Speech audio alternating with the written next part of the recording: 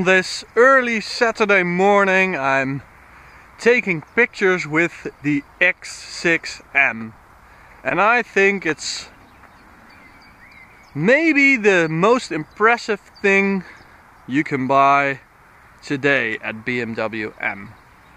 I really do, because last year when I first drove this car I was absolutely amazed by its possibilities, its performance.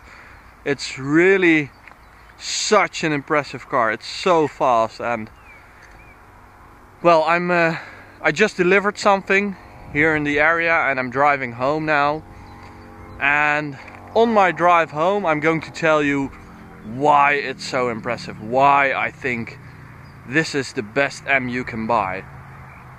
And it's highly controversial that an SUV as an M is the most impressive thing you can get there, but they really pulled it off, making this ultimate driving machine in such a enormous dinosaur.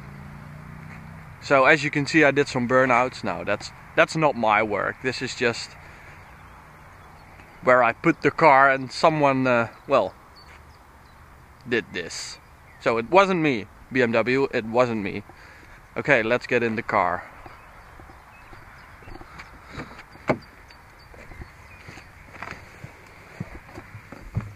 Okay, so first off, the interior.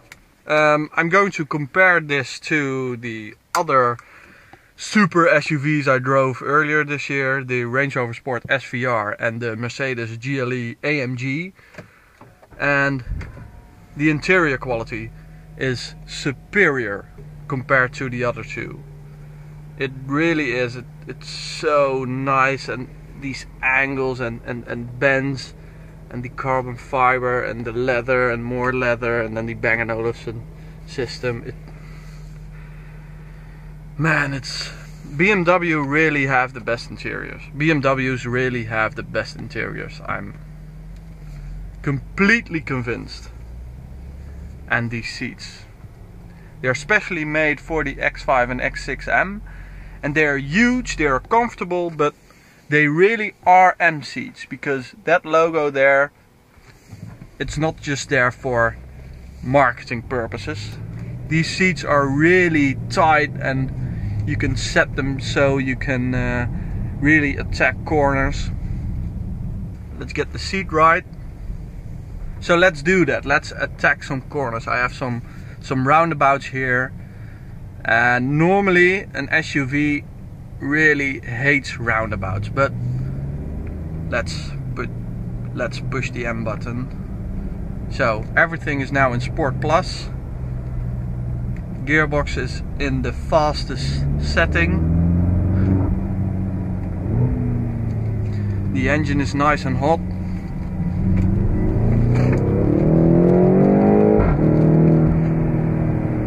It's amazing how good this thing corners. It really is. And Range Rover claimed to have built the best handling SUV with the SVR, but I have driven the SVR and it just doesn't hold up to the claims that Range Rover has made, because this is so much better in terms of handling. The weight, you don't feel the weight, it just distributes the weight. And it handles like a full M car. It's witchcraft. It's so good. I don't know how they did this. And I think Land Rover doesn't know it as well, because when you drive the SVR, I first drove this car and then the SVR. It's like they're made in a different era. The difference is so big. You keep feeling the weight when you put it in corners, when you go out of corners. You feel the weight being transferred, and you don't in this car. You just put it in, hit the throttle, and this thing just copes with everything you throw at it.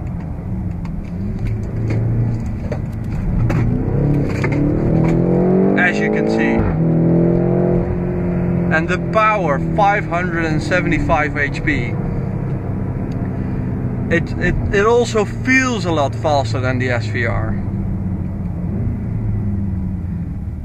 The gearbox, well, this has a torque converter, normal automatic.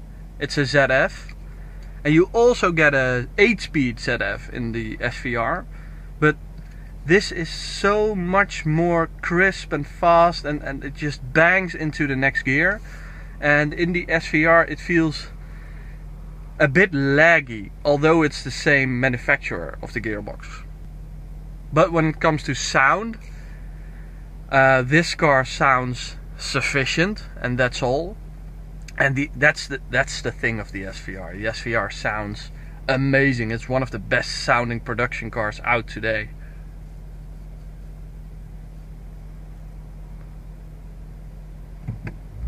So let's check out the acceleration of this beast. Okay, I'm now in first. Missed the gear there, but now we're going.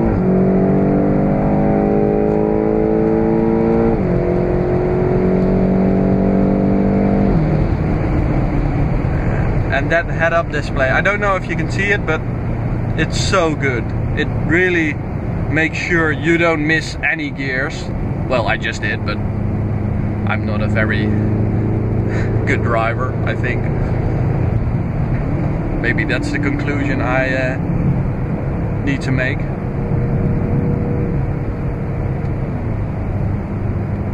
But you also get a head-up display in the SVR, and well, it just looks 20 years old. It's like a Game Boy Color has been projected on your screen. It looks awful, to be honest.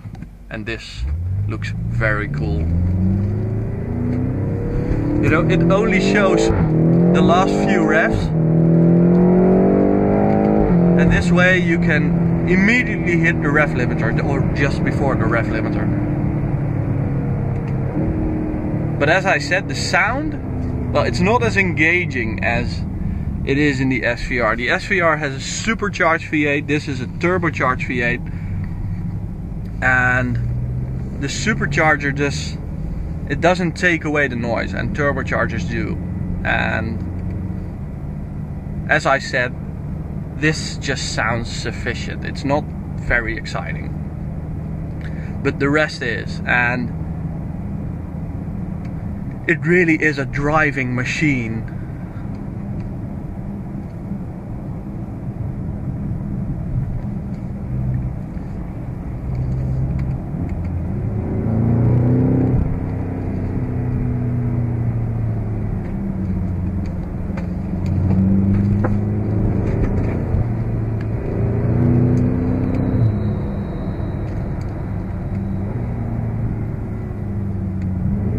So that's how you overtake with an X6M. Use handling and power. And normally you use only power with these super SUVs. Okay, another big difference is that this makes 575 horsepower and the SVR only makes 550. And there's another competitor, the GLE 63S, which has even more power. It has 585 HP. But the GLE, well, it's made for straight line performance. It's not for handling. Okay, why are you walking your dog here? So as I said, the GLE AMG is for straight line speed. It's not as nimble as this big blue beast. And I think BMW really,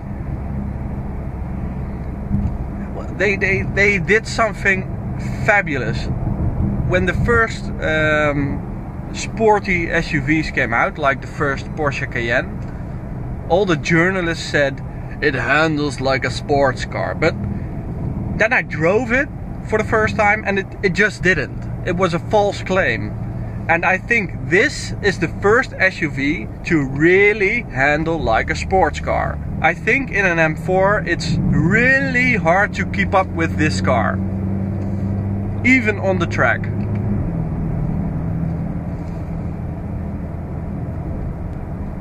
The cool thing about this setup with the all-wheel drive and the big V8 bi-turbo is that this car can handle all the power you throw at it. It's currently with 575 HP.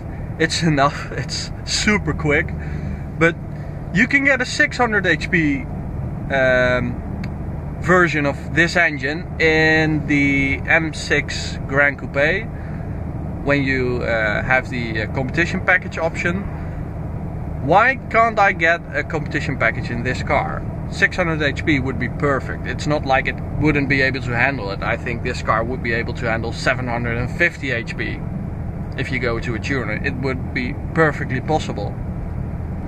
And I really think this car is the introduction to a new BMW M era with all-wheel drive. Rear-wheel drive is super with naturally aspirated engines, and you can feel the revs, you can feel the power delivery. But with these super powerful turbo engines, I think all-wheel drive is the best option. And I'm really looking forward to a new M5 with all-wheel drive and more than 600 HP. And I think this car is scouting the area for that car. But I do hope BMW will work on the sound, because at times it seems a bit fake. The sound is a bit artificial. Only when you hit the rev limiter and shift up, you hear this bang out of the exhaust, which, well, it's pretty cool, but it's just pretty cool. Nothing more, nothing less.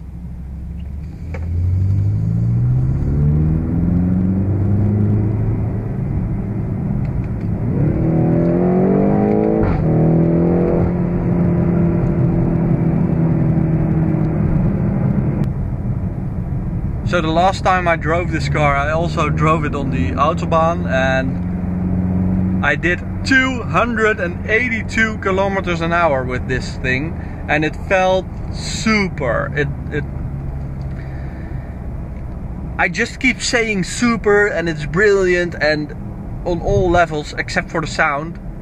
And that's why I think this is the best and most impressive M product out there today.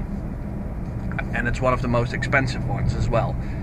Okay, we have to leave out the BMW M4 GTS, because that's very, very limited. You cannot walk into a BMW dealership and just say, I want a BMW M4 GTS, but because you can't. It sold out many months ago, and even before it was launched for production. So what can you get? I think a BMW M4 or M3 competition is the second best thing, or it's the best. I don't know. I don't know if I think this is the best M product or the competition M3, M4, because that car is so impressive as well. But from a technical point of view, and not from a driver's point of view, I think this is the best M product, the most impressive. If you can make a car that is so big and so heavy handle this good, be this fast, I think the head engineer of this car deserves the Nobel Prize. I really do. And he's not very modest about his performance with this car, and he shouldn't be, I think. I think some boldness is a good thing for an M engineer, because he said, we have beaten the SVR on all fronts on the Nürburgring, and it's a lot faster, and we didn't use any special parts to make it go faster. It's completely stock. And I think he is insinuating that Range Rover used special tires and special I don't know what. So if you walk into a BMW dealership today and you ask for their most impressive car, from a technical point of view, I think they should give you this car.